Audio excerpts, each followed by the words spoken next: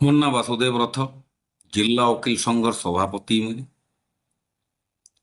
বর্তমান দেখুন এজুকেশন আমার ভারতবর্ষরে কম্পিটিশন হয়ে গলান। আগর এজুকেশন আর বর্তমান প্রেজেন্ট এজুকেশন ভিতরে বহু ডিফরেন্স আছে। আগ আমি কমপ্লিটলি পড়লা পরে যাইকি আমি এক্সাম দৌথলু, বর্তমান সেমিস্টার চালিছি। দিনকে দিন ভারত বর্তিল চালিছি, ডিজিটাল ইন্ডিয়া হবার লাগে যাଉଛି। ଇ ସବୁ ପେରିଫେରିରେ ଓଡ଼ିଶାର ଯେନ୍ ପ୍ରଦେଶ ଅଛି ଆର୍ ସବୁଥିରୁ ଯେନ୍ ପଛୁଆ ଜିଲ୍ଲା ଥିଲା 13 ନମ୍ବର ଜିଲ୍ଲାରେ ବଲାଙ୍ଗୀର ଜିଲ୍ଲା ବର୍ତ୍ତମାନ 30ଟା ଜିଲ୍ଲାରେ ପରିଣତ ହେଲାନ ଓଡ଼ିଶା। ଓଡ଼ିଶା 30ଟା ଜିଲ୍ଲାରେ ପରିଣତ ହେଲା ପରେ ବି ବଲାଙ୍ଗୀର ମତେ ନି ଲାଗବାର ଯେ ଡେଭଲପମେଣ୍ଟରେ ଅଛେ ବୋଲିକିରି। ଦେଖୁନ୍ ଦୀର୍ଘ ବର୍ଷରୁ ଚାଲି ଆଇଛେ ଲୋୟର ସୁକ୍ତେଲ ପ୍ରୋଜେକ୍ଟ ଯେନ୍ଟାକି କମ୍ପ୍ଲିଟ୍ ନେଇ। ତାପରେ କୌଣସି ପ୍ରକାର ୱାଟର ଫେସିଲିଟି ନେଇ ଥାଇ ଏବେ ଯେନ୍ଟାକି ଧୀରେ ଧୀରେ କରି ଆମେ ୱାଟର ଫେସିଲିଟି ମାନେ ପାଇ ପାରୁଛୁ। ପାଣି ସମସ୍ୟା ଆଗରୁ ବହୁତ ଥିଲା, ଏବେ ଯେନ୍ଟାକି ଟିକେ ତାର ସୁଧରିଛେ, ସୁଧାର ଆସିଛେ। ବନ୍ଧ ମାନେ ଦେଖୁନ୍ ଧୀରେ ଧୀରେ କରି ଡ୍ୟାମେଜ ହେଇଗଲାନ। ସେ ବନ୍ଧର ନା ତ ଗୋଟେ ସ୍କେଚ୍ ପ୍ୟାଟର୍ନରେ ଥିଲା, ବଲାଙ୍ଗୀର ଗୋଟେ ପ୍ଲାନିଂ ସିଟିଟେ ଥିଲା, ଯେନ୍ ସ୍କେଚ୍ ହିସାବରେ ସେଟାକେ ପିଓରଲି କାମ ନେଇ କରବା।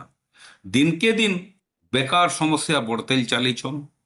ଏଜୁକେସନ କମ୍ପିଟିସନରେ ଯେନ୍ ମାନେ ଟପ୍ ଲେଭଲ ହେଲେ କି ଶିକ୍ଷିତ ଘରର ଇଟା ହେଲେ କିମ୍ବା ଯେ ପାଖେ ସଫିସିଏଣ୍ଟ ଆର୍ନ ଅଛେ, ସେମାନେ ତ ବିଦେଶ କି ବାହାରକେ ଯାଇକିରି ପଢ଼ି ଦଉଛନ୍ କି କିମ୍ବା କମ୍ପାନୀ ଜବ୍ରେ ଲାଗି ଯାଉଛନ୍।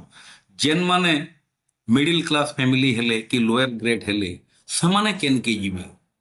ପାଠ ପଢ଼ିଲେ ବି ତାଙ୍କର ଲାଗି ଫେସିଲିଟି ନାଇଁନ। ବଲାଙ୍ଗୀର ଜିଲ୍ଲା ଆଖପାଖେ 15 ଲକ୍ଷ ଲୋକଙ୍କୁ ନେଇକିରି ଚାଲୁଛି।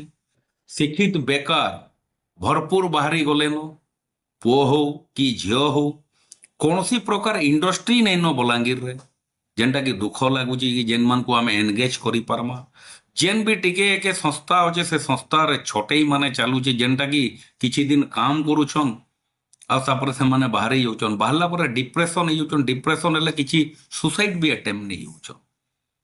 ତ ରାଜ୍ୟ ସରକାରକେ ଆମେ ନିବେଦନ କରୁଛୁ, ଯେହେତୁ ଉପମୁଖ୍ୟମନ୍ତ୍ରୀ ଆମର ଅଞ୍ଚଳର, ତାଙ୍କୁ ବି ନିବେଦନ କରୁଛୁ। ସ୍ୱାସ୍ଥ୍ୟମନ୍ତ୍ରୀ ଆମର ଅଞ୍ଚଳର, ତାଙ୍କୁ ବି ନିବେଦନ କରୁଛୁ ଯେ ଯେତେ ଜଲ୍ଦି ହେବା ବଲାଙ୍ଗୀର ଜିଲ୍ଲାରେ ମାନେ ଇଣ୍ଡଷ୍ଟ୍ରି ମାନେ ସ୍ଥାପନ କରାଯାଉ। ଆର୍ ଇ ଯେନ୍ ବେକାର ମାନେ ଯେନ୍ ବେକାରୀ ଲାଇନ୍ରେ ପଳାଉଛନ୍ କିମ୍ବା ନିଶାଗ୍ରସ୍ତ ହେଇଯାଉଛନ୍ କିମ୍ବା କ୍ରାଇମ୍ରେ ପଳାଉଛନ୍, ଏମାନଙ୍କୁ ଆମେ ଥଇଥାନ କରବାର ଥିରେ ସହଯୋଗ କରୁ। ବୋଲେ ଆଗାମୀ ଦିନରେ ଏଇ ପିଢ଼ି ଭଲରେ ବଢ଼ି ଚାଲବା, ବଢ଼ଲେ ସେମାନେ ଆମର ଭାରତବର୍ଷର ନାଁ ରଖିବେ ବୋଲିକିରି ମୁଇଁ ମୋର ମତ ପ୍ରକାଶ